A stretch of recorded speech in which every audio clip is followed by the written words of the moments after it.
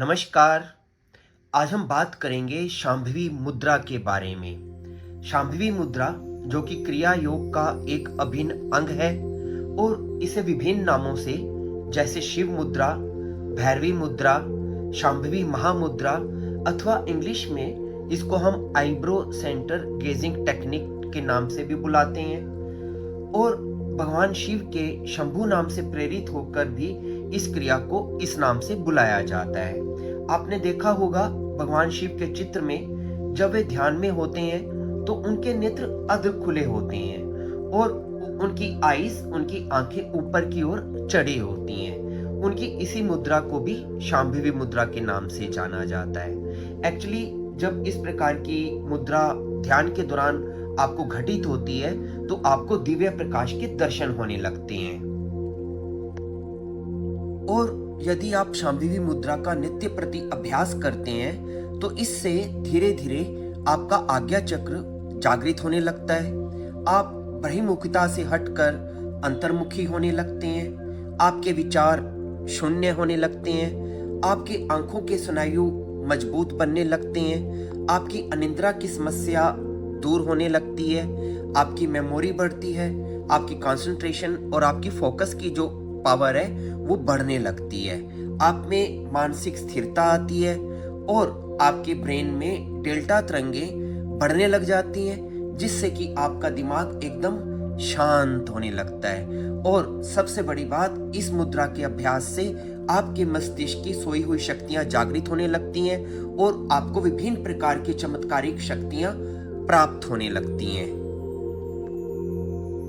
लेकिन याद रखें, इसमें आपको कुछ सावधानियां भी रखनी है कि यदि आप शांभवी मुद्रा का नित्य प्रति अभ्यास करते हैं तो आप यदि किसी प्रकार के नेत्र के रोग से पीड़ित हैं तो आप ये अभ्यास मत करें। और यदि आपको इसके अभ्यास से चक्कर आने लगे, आंखों या सिर में दर्द होने लगे या इस प्रकार का कोई भी ऐसा अनुभव हो जिससे आप असहज अनुभव करें तो आप इसे मत करें। अथवा आप यदि इसको करना भी चाहते हैं इसका अभ्यास तो धीरे धीरे करें और जबरदस्ती ना करें। और यदि आपको आंखों में चश्मा लगा है तो आप बिना चश्मे के इसका अभ्यास करेंगे, चश्मे को निकालकर साइड में रख देंगे। और यदि इस दौरान अभ्यास के दौरान, प्रैक्टिस के दौरान आपकी आंखों से यदि पानी निकलता है तो ये पानी विषाक्त होता है, इसे आपने बाहर निकल जाने देना है। इससे आपकी आईज डिटॉक्स हो जाएंगी, शुद्ध हो जाएंगी। तो इन सावधानियों का भी आपने ख्याल रखना है। तो अब हम बात करते हैं कि यदि आपको इस मुद्रा का अभ्यास करना है घर पर ही बैठे बैठे तो आप किस प्रकार से कर सकते हैं। तो उसके लिए आप अपने ध्यान केंद्र में बैठ जाएं या अपने घर में जो मंदिर बना होता है उसके पास बाहर अपने इष्ट देवी देवता के सामने, अपने गुरु के सामने आप बैठ जाएं।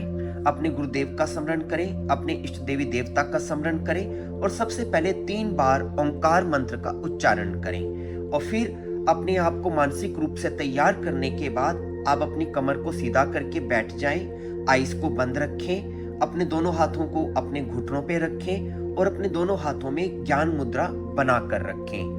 अब अपने मन को शांत करने के बाद आप धीरे से अपनी आंखों को खोलें और अपनी दोनों आंखों को अपने आईब्रो सेंटर पर फोकस करें। आईब्रो सेंटर यानी कि आपकी दोनों आईब्रोज के बीच में आपके माथे पर जहां पर लेडीज बिंदी लगाती हैं वहां पर आप अपने अटेंशन को फोकस करें। अब आपको हालांकि अपनी दृष्टि को तो यहाँ पर टिकाना है जो कि थोड़ा मुश्किल होगा क्योंकि यह स्थान हमारी नॉर्मल विजन में आता नहीं है, लेकिन आपको कोशिश करनी है। और इस कोशिश में आप ज्यादा से ज्यादा अपनी आंख को भीतर की ओर तथा ऊपर की ओर करके अपने भूमध्य पर देखेंगे, यानी कि अपने आईब्रो सेंटर पर देखेंगे। यदि आप सही तरीके से ऐसा कर पाए तो आपको इस स्थान पर 2 कर्व्ड आईब्रोज की इमेजेस नजर आएंगी जो एक दूसरे से मिल रही होंगी। आपकी दोनों आईब्रोज आपको नाक के ऊपरले हिस्से पर एक सॉलिड वी शेप बनाती हुई, एक सॉलिड वी शेप पॉइंट बनाती हुई नजर आएंगी। बस आपको इसी वी शेप पॉइंट पर नजरें जमानी है और यह लगभग वही स्थान है जिसको हम भ्रूमध्य यानी आज्ञा चक्र का स्थान बोलते हैं। लेकिन अगर आपको यह वी शेप पॉइंट नजर नहीं आता है तो इसका मतलब आपकी आंखें जिस प्रकार से ऊपर देखनी चाहिए उस प्रकार से देख नहीं पा रही हैं। तो ऐसी स्थिति में आप एक काम करें, आप अपनी एक उंगली नाक की नोक के पास ले जाएं और उसे देखें। फिर धीरे धीरे इस उंगली को आज्ञा चक्र तक ऊपर की ओर लेके जाएं और इस दौरान उंगली को देखते रहें। यदि आप इसे सही तरीके से कर पाए तो आपकी दृष्टि भ्रूमध्य पर पहुंच जाएगी और फिर दृष्टि भ्रूमध्य पर जमे रहने दें और उंगली जो वहां तक गई है उसे वहां से हटा लें। अब जितनी देर आपको सहज लगे, 5 सेकंड से लेकर 20 से 30 सेकंड तक बिना पलक झपकाए आप भ्रूमध्य पर देखते रहें और जब आपकी आंखें थकने लगे तो आंखों को बंद कर लें और कुछ सेकंड्स आंखें बंद करने के बाद आप फिर से इस क्रिया को शुरू कर दें। तो इस प्रकार से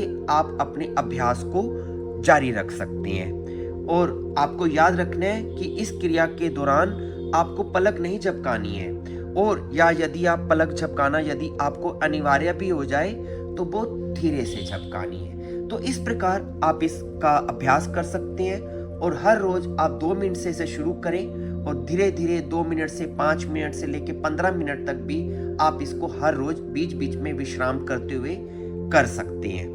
और एक दिन ऐसा आएगा कि आप इसे बहुत सहज रूप से करना शुरू कर देंगे और फिर धीरे धीरे आपको इसके जो भी लाभ हैं जो मैंने आपको शुरू में बताए हैं वो आपको प्राप्त होने शुरू हो जाएंगे।